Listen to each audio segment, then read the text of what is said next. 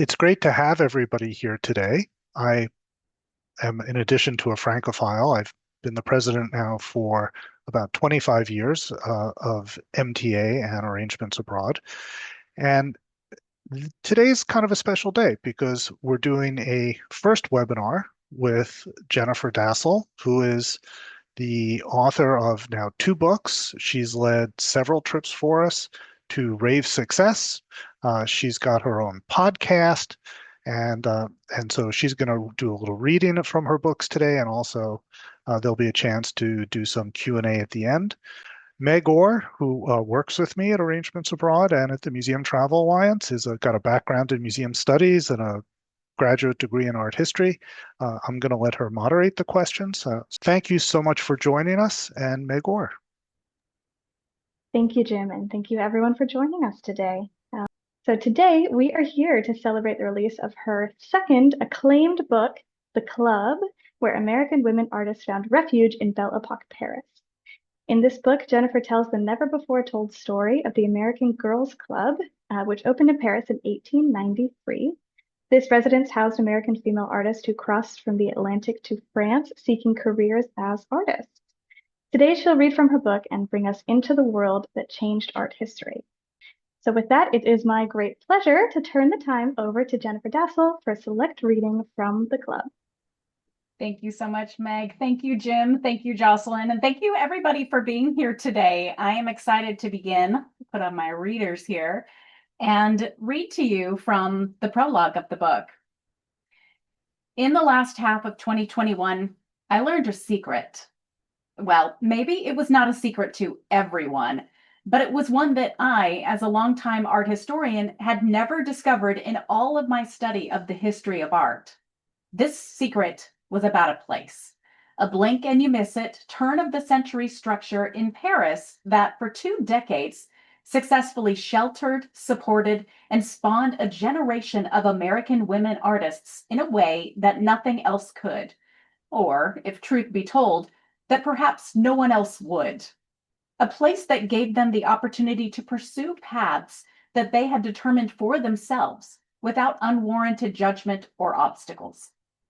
In news reports across the globe during its heyday from the final decade of the 19th century until the beginning of World War I, it was called by a number of similar names: the American Art Students Club, the American Girls Club for Artists, the American Girls Art Club, the Ladies Club, the American Girls Club in Paris, or just the Girls Club.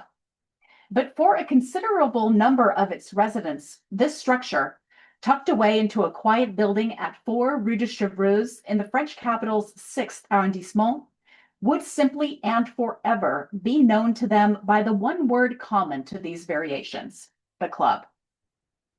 For the hundreds, perhaps thousands, there is no confirmed number, of intrepid women who crossed its threshold during the fabled Belle Epoque, the beautiful age of Paris denoted as the years between 1870 and 1914, the club provided a wealth of welcome services: a warm cup of tea, an American newspaper, an inexpensive meal, a room to rent, an exhibition space, a familiar face, a common language.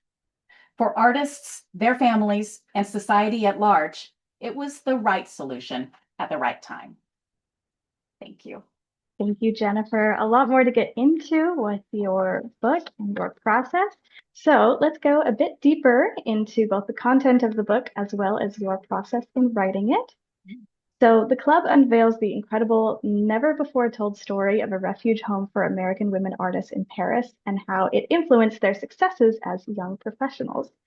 So I'd love to ask you, what initially drew you to this topic of the club, and why is now the moment to tell its story? That is such a good question. The quick answer about what drew me to the club is the fact that this is one of my favorite periods in art history, although I actually love pretty much every period in art history. But this late 19th century, we've already had the Impressionists, the Post-Impressionists. We're just eking into the beginning of the true modernist movement and abstraction that the 20th century will bring over. So this is already something that I love and that I think is so vibrant about this era, is this amazing art. But also, specifically, the story of the club for me is so specific. It's about the specificity of a place that's for American women artists. And I think that extreme specificity is what makes this place so unique. There were other boarding houses, other communities in Paris that were established for folks, whether they be British women, American women, just artists, but nothing that was specifically for American women artists. And I think that's really an interesting combination and an interesting group of people who needed a special kind of support and community. Absolutely. Why do you think that the story of this club is of a particular pertinence to the moment that we're living in now with women artists and the art world as it is? That's another good question. I think something that I love about history in general, and art history is, of course, a subset of that, is that we have such an opportunity. There's never a lack of really great things to learn and people to discover. But over the past, especially 50 years, the ability to people to come forward and start highlighting more diverse voices that have maybe been out of the traditional art historical narrative is really exciting. And I think that's only something that will continue to pick up speed as we move forward through time. And, women are still sometimes given short shrift compared to their male colleagues. And so I love the opportunity to highlight the works of women, especially. I think it's very important. And even though these might not be big art historical names to most readers, that's a small bit of course correction that we can hopefully do to learn and take more interest in their works and their lives. So, with your extensive background in not only art history research, but in curatorial work in the North Carolina Museum of Art, particularly in modern and contemporary art, how did your background in those fields influence the way that you approached this subject? Ooh.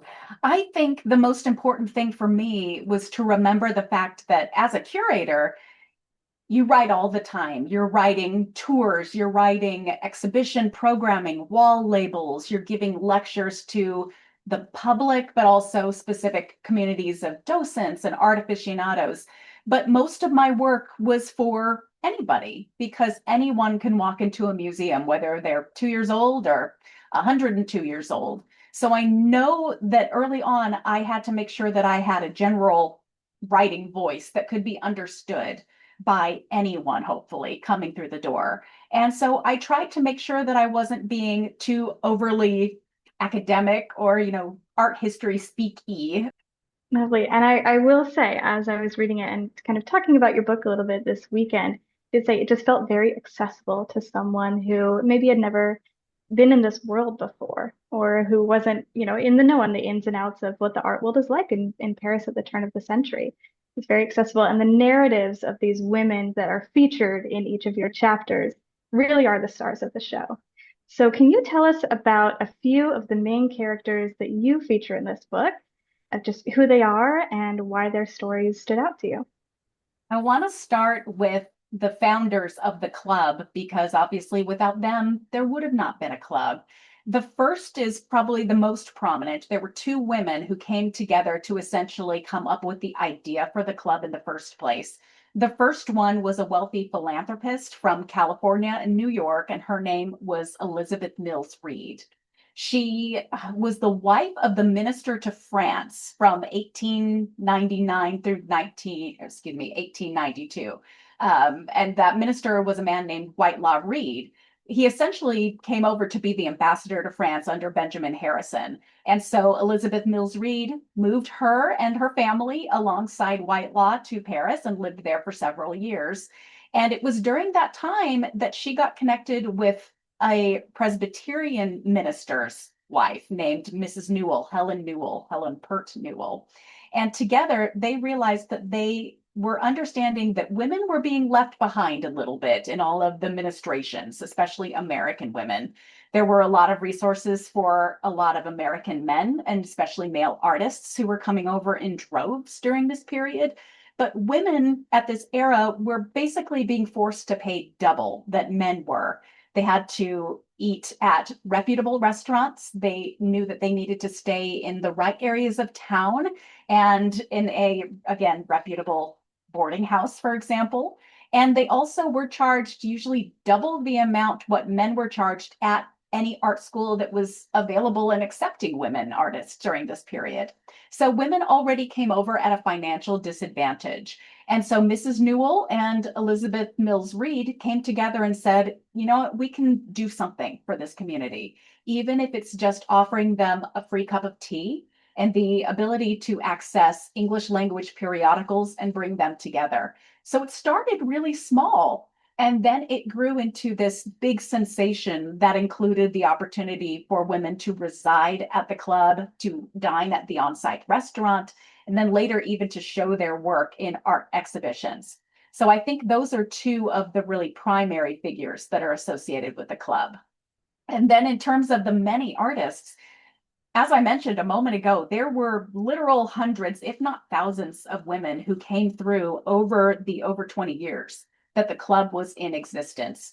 And during that time, it was full or mostly nearly full or at capacity the entire time. Most of the women that came through have either disappeared from history or decided upon their return to the US to maybe not pursue a professional career in the arts. But the women that we do know about are the ones who stuck through it. And a lot of them went on to become beloved teachers, some regional, some at more higher level. And my personal favorites are, I'm thinking of Anne Goldthwait, who was an artist from Alabama, who then lived in New York for most of her life and went on to teach at the Art Students League. And I'll tell you a little more about that in a minute. And then also figures like the sculptor Alice Morgan Wright, who was from Albany. She was one of my personal favorites because she was such a spitfire and an interesting person who I like to say had a career as an activist with just a tiny little middle part where she was looking for a professional career as a sculptor, but really she was defined more by her activism on and off before her time in Paris. And I think her story is particularly interesting because it was during the era that she lived in Paris for several years that she got very involved in the suffrage movement and really took a pause to decide whether or not she was even interested in furthering her career goals or if she should step back and really focus on striving to help women get the vote. So those are probably my top favorite folks, although there's many other artists that I profile whom I dearly love them and their work as well. Absolutely. So, on that note, many of the women who are featured in the book have really fascinating ties to titans in the art world at that time. So, what was the most surprising connection or story that you uncovered during your research? I think there are two of them. The first is not a huge discovery, but something that meant something to me personally. And that is that Elizabeth Mills Reed, as I mentioned, kind of lived bi-coastally. She was between California and New York.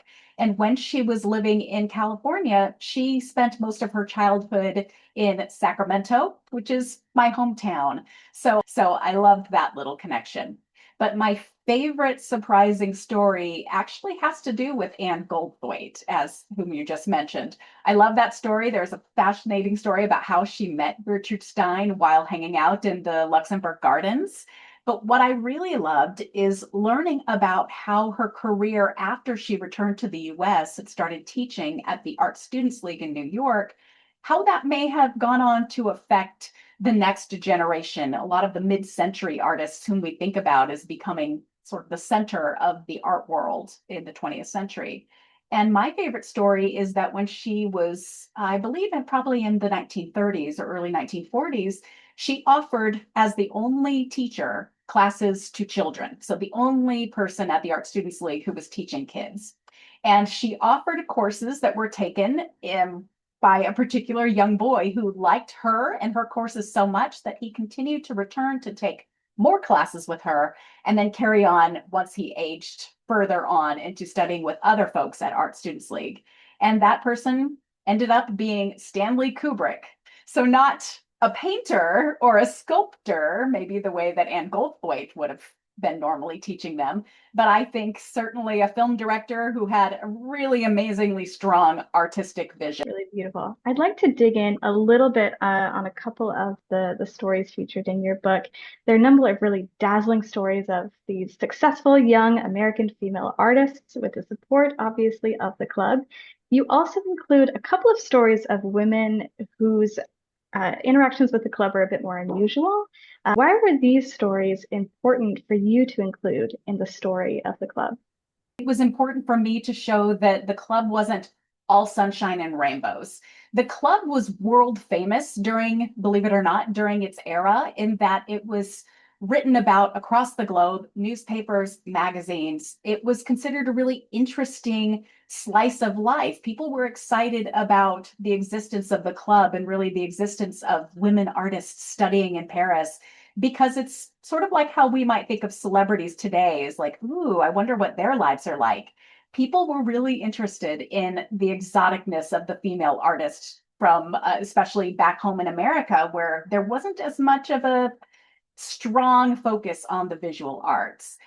And so, in everything that you've read and everything that you can read online in newspaper and magazine archives, the press is pretty glowing about the club.